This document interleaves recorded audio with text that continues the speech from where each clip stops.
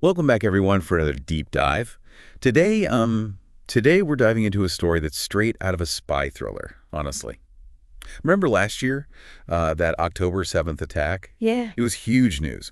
Well over a year later, Israel announced they took out the mastermind behind it, Hamas leader Yahya Sinwar. It's like, you see this in the movies, but this is real life, real Yeah. world consequences. Exactly, and here's where it gets even wilder. Sky News reports it wasn't a planned assassination or anything like that. It was a chance encounter during a routine operation. During a routine operation? Yeah, routine. Wow. This is a perfect example of how even the most unexpected events, I guess, can become these major news stories. Imagine trying to structure a news report around that. Hamas leader killed in random encounter. We talk about a headline, right? Yeah. It almost sounds like too incredible to be true. So how does Sky News actually build their case? Right. Well, they rely heavily on these accounts from the Israeli military, and then there's some unnamed officials in there as well. Which is fascinating from a journalistic perspective. You're dealing with information control and potential biases. And then on top of all that, you're just trying to piece together a coherent narrative from sources that may have their own agendas.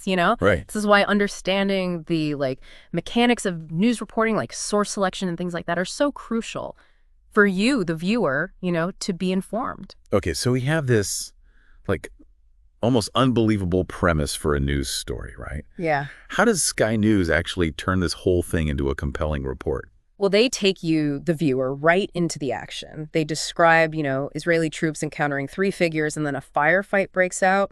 Sinwar ends up trapped in this ruined building. It's very visually driven. Very much so. Like something you might see in a movie, yeah. And then they even include that detail about Sinwar throwing something at a drone. Oh, yeah. Which is so interesting to me. It's vivid, it's dramatic. And it raises all these questions about how these news stories are crafted, right? Yeah. Who shot that footage? Was it edited? These are things a savvy, news consumer would be asking themselves. Right. It's almost like they're giving you a glimpse behind the curtain a little bit. Yeah. This is how a news story goes from raw information to these, polished reports that we see. Exactly. And remember how we talked about that whole chance encounter angle? Yeah. Well, Sky News then has to take you from this chaotic firefight to a place of, certainty about Sinwar's death, right? Right. They got to wrap it up. Yeah. They bring in the DNA testing and the dental records and all that. Exactly. It's classic, narrative technique. You move from uncertainty and action to confirmation through hard evidence. Oh, for sure. Builds credibility, reinforces the impact of the story. Yeah, it's like they're saying, don't just take our word for it. Here's the proof. Precisely. And then there's this other kind of detail they add in there. The Pentagon denying any involvement. Which seems a little out of place, honestly. Why even mention it? Because it's subtly reminding you of the larger geopolitical context, Even a seemingly isolated event like this has, international implications. Right. And mentioning the U.S., even in denial, keeps those larger forces at the forefront of the viewer's mind, right? Adds a layer of intrigue to the whole thing. There's one detail in this report that really jumped out at me. They mentioned Sinwar had gone completely off the grid before all this. Oh, yeah. Yeah, no phone or anything, hiding in tunnels.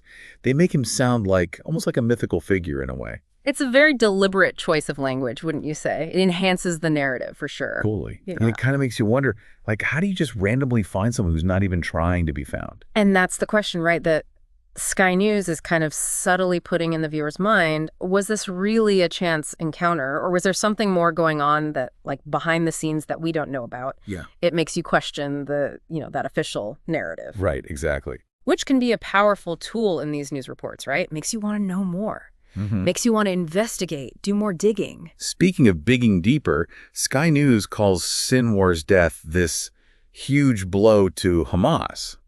But just a few months earlier, they'd reported on the death of Mohammed Adef, right?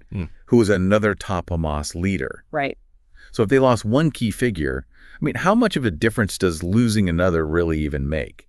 Are they trying to tell a specific story about, Hamas's stability here? It's the kind of question any good news report should, prompt you to ask yourself. What are the long-term implications of something like this, Does this weaken Hamas?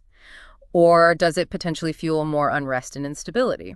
These are the nuances that Sky News touches on but doesn't fully explore in their initial report, right? Okay, for sure. Which is fine, because sometimes the most compelling stories are the ones that leave you with, like, more questions than answers. I agree. They've given you the framework, the key players, the dramatic moments. Now it's up to you, the viewer, to kind of decide what it all means. And that's the beauty of a well-crafted news report, isn't it? It's not about spoon-feeding you information. It's about presenting this, like, compelling narrative that sparks your curiosity and encourages you to think critically. So the next time you're watching the news, it's like, remember this whole Yahya Sinwar story? I think it was a really good example, almost like a master class, in how to turn a seemingly unbelievable event into this gripping story, But it's also a reminder that there's always more than meets the eye, and the most interesting narratives are often the ones that leave you wanting to learn more. And on that note, we'll wrap up this deep dive. Thanks for listening, everybody.